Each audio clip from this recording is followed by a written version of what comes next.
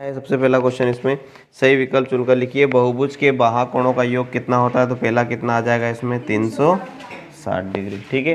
दूसरा क्या लिख रखा है बताओ? है वर्ग 20 से 30 की निम्न सीमा होगी। दूसरे में तो निम्न सीमा क्या हो जाएगी? नीचे वाली वैल्यू। उच्च सीमा अगर पूछा तो क्या आ जाएगी? ऊपर वाली वैल्यू। नहीं आ रहा समझ पक्का? तीसरा क्या लिखा हुआ है? कौन सी संख्या पूर्ण वर्ग नहीं है? कौन सी नहीं है? 325, क्योंकि आगे वाला गुण 50 भी 7 का होता है, 169 भी 13 का होता है, 225 15 का होता है। घनाभ में फलकों की संख्या होती है, तो ये किसे समझ में आएगा? कंपास में देख लेना, है ना। ये टिफिन रहता है, ऊपर नीचे इधर इधर इधर के टोटल कितने फलक हो जाते हैं? 6। कौन सा वाला है 6 में? स वाला। ये 225 कौन सा वाला था? द वाला। ऐसा लिखते जाना वहाँ पे। ABC आया तो ABC लिख देना। आखिरी पांचवा कौन सा है आपका? एक आलेख 2 5 में बिंदु y, आगे वाली x की वैल्यू रहती है, पीछे वाली y की, तो y की वैल्यू क्या हो जाएगी इसमें? 5। 5 वाला ऑप्शन कौन सा है? स वाला। तो इसमें उत्तर आ जाएगा आपका 5। नहीं आया समझ में?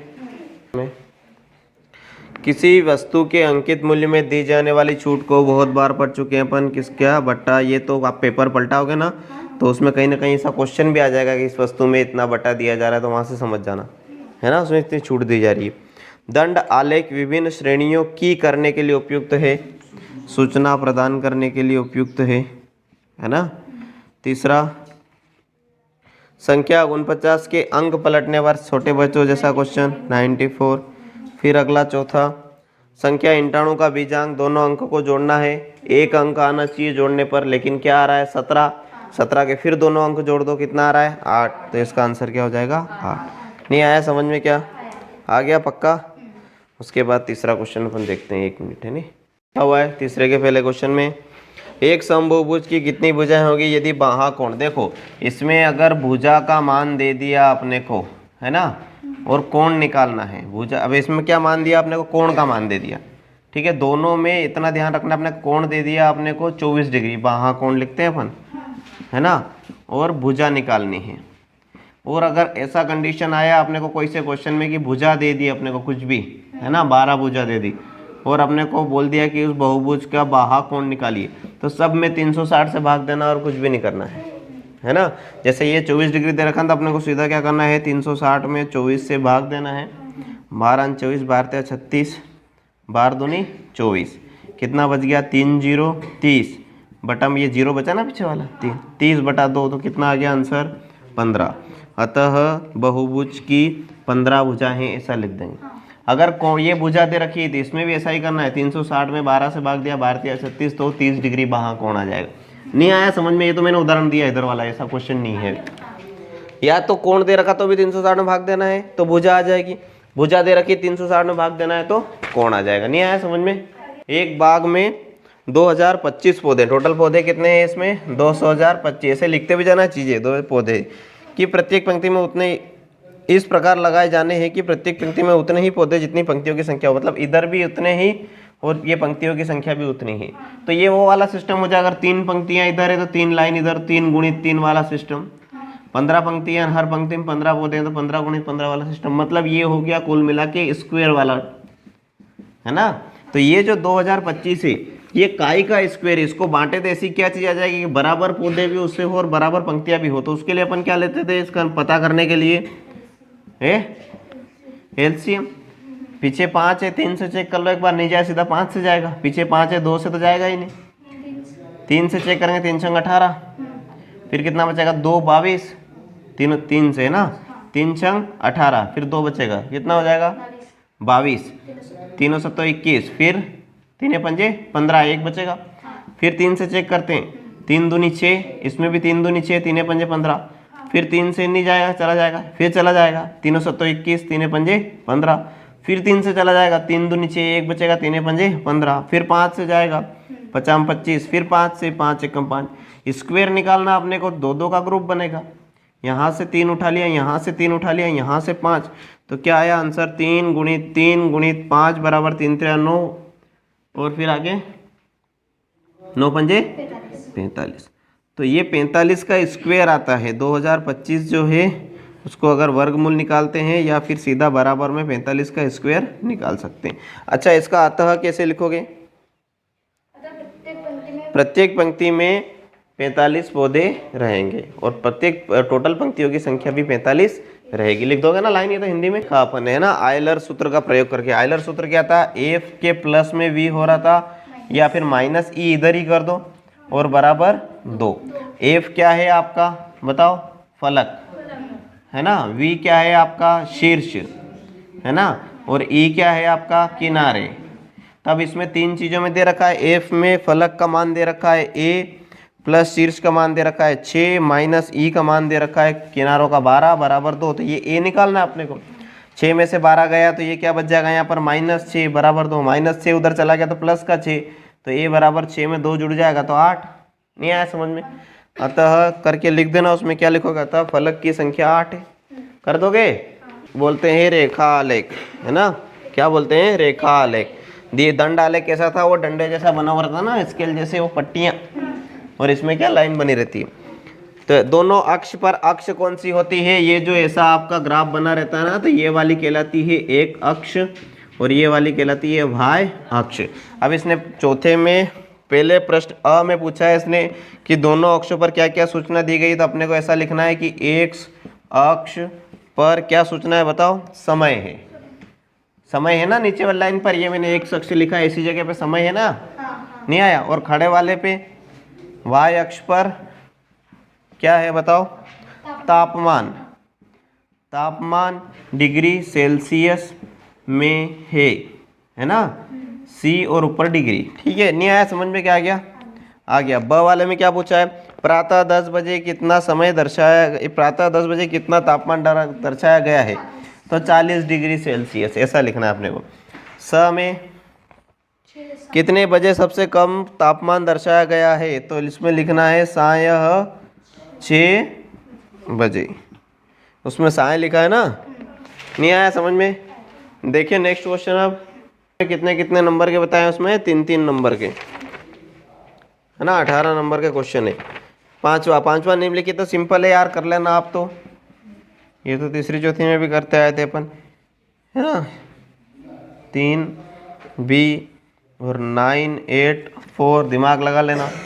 क्या करना है इसमें? जोड़ना है। 5 में अगर 0 भी जोड़ें तो 5 आएगा, लेकिन यहाँ आया है 4, मतलब ये कहीं ना कहीं 14 बना होगा। नहीं आया समझ में? यहाँ तो प्लस का साइन लगा हुआ है के। और 5 में अगर 0 भी जोड़ें, सबसे छोटी संख्या कौन सी है? 0, उसको जोड़ें तो भी यहाँ 5 आना चाहिए था। एक जोड़ते 6 आ जाए, 4 आया है, तो 5 में क्या जुड़ा होगा? 9। तो बी की वैल्यू तो आ गई अपनी 9। अब जो इसमें 9 जोड़ा 14 हो गया है। 14 से हासिल 1 इधर आ गया, तो 3 और 1 4, और 4 और जुड़ा होगा तब जाके 8 आया होगा। तो ए की वैल्यू भी आ गई कितनी? 4। नहीं आया समझ में? तो कितना हो गया ये? 8। अब 2 में क्या जोड़े कि 9 आ जाए? तो 7। ये आंसर है छोटे बच्चों जैसा है, तो है ना। तीसरी वाला ही करते हैं अपने स्कूल में, है ना। तीसरे का छठा, एक सूत्र एकादिन पूर्ण का प्रयोग से 85 वर्ग को हल कीजिए। अगर आप कर पाओ, है ना, तो उससे कर लेना। 5 वाला बताया तो मैंने कहा था, याद ही नहीं याद है। जैसे 5 का स्क्वायर करते हैं तो पीछे 5 है, सीधा 25 हो जाता है। आगे 8 है, तो इससे एक और बढ़ा दो तो क्या हो जाएगा? 9, और दोनों गुणा कर दो। 9 ठी 72, ये उत्तर आ गया। नहीं आया समझ में? नहीं आया क्या? आधे तो मैंने सोल्व करवा भी दिए। चौथा, पटरी और प्रकार की सहायता से 4.5 सेंटीमीटर भुजा वाले वर्ग की रचना कीजिए। कैसे करोगे? 4.5 सेंटीमीटर भुजा वाला वर्ग है। वर्ग का रफ चित्र अगर अपन बनाए और उस पर लिख दें अपन ABCD, तो ये वाली भी 4.5 रहेगी, ये वाली भी 4.5, ये वाली भी 4.5 और ये वाली भी।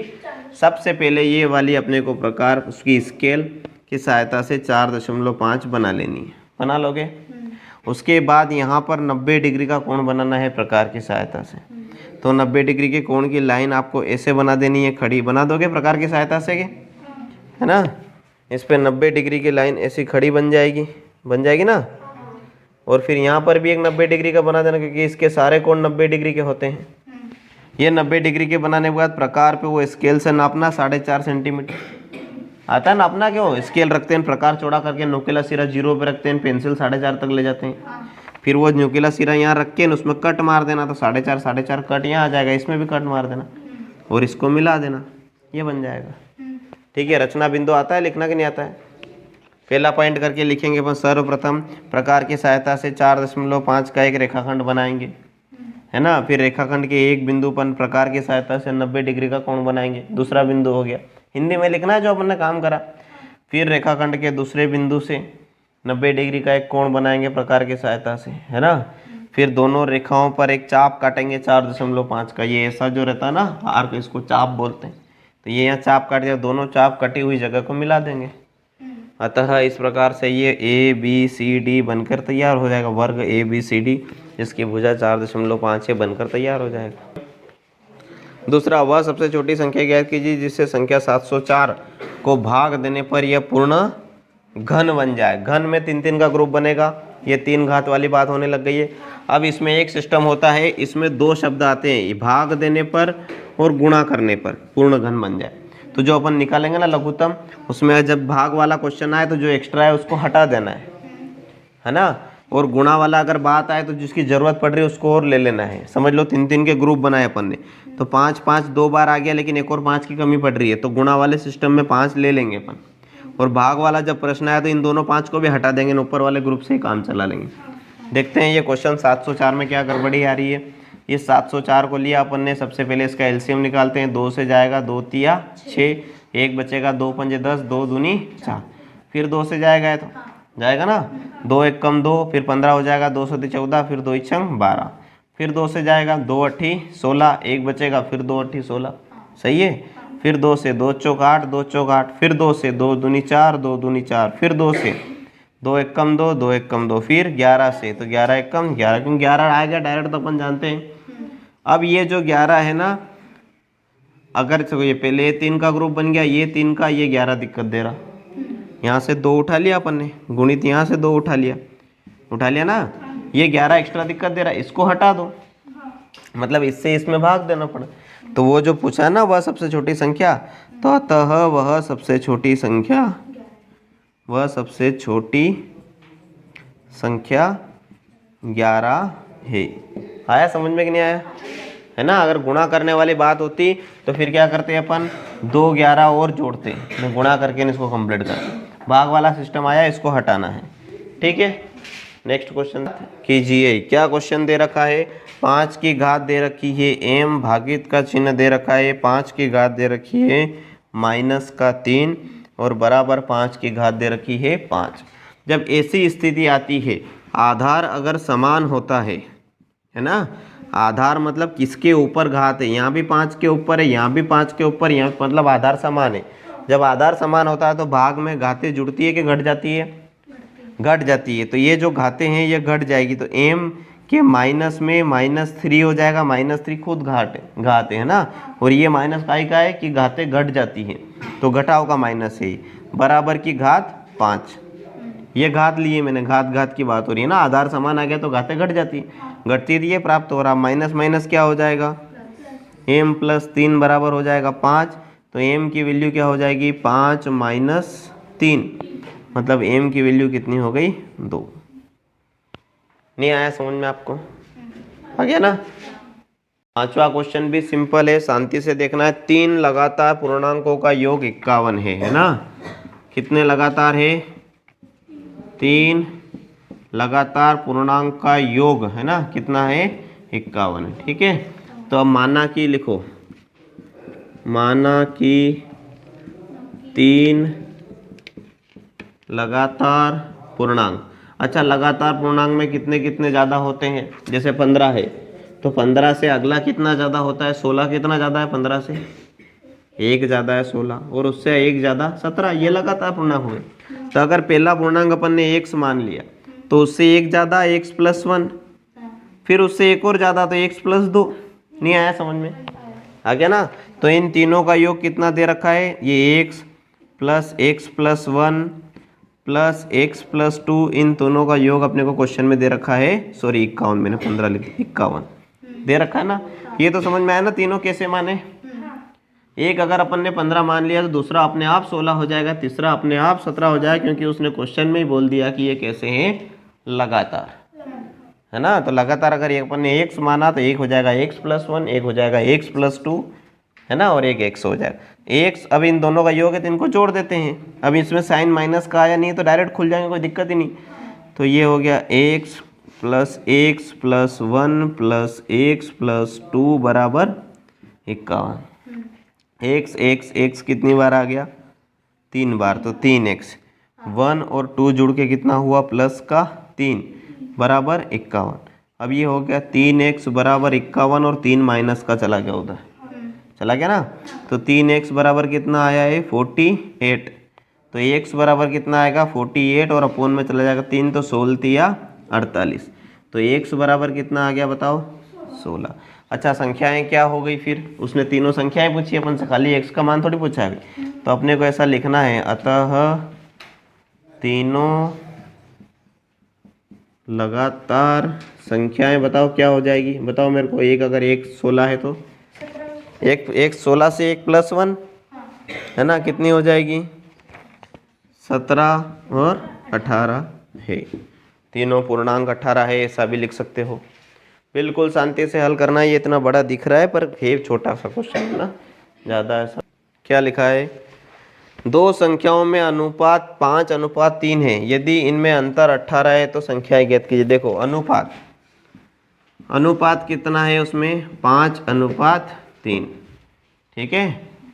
अब इसको अगर नॉर्मल लिखना चाहें तो किसी के साथ गुणा करके लिखना पड़ेगा, क्योंकि ये एटलीस्ट कटी हुई चीज़, जैसे 16/20 रहता है ना, तो उसको डायरेक्ट कभी भी 16:20 नहीं लिखा जाता, उसको काट दिया जाता है। जिससे काई से कटेगा, 4 चौक 16, 4 पंजे 20, 4:5।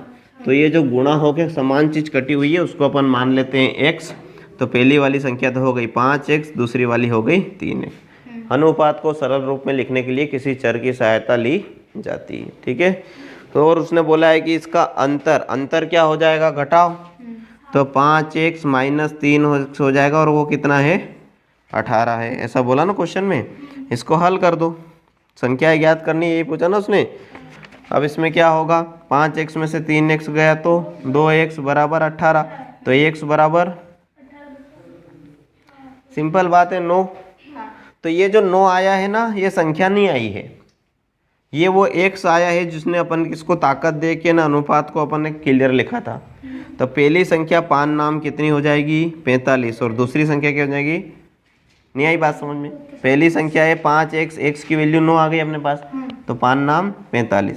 दूसरी संख्या क्या है, 3x, x की वैल्यू 9 आ गई, तो 9 तिया 27। अतः दोनों संख्याएं 45 और 27 है। नहीं आया समझ में।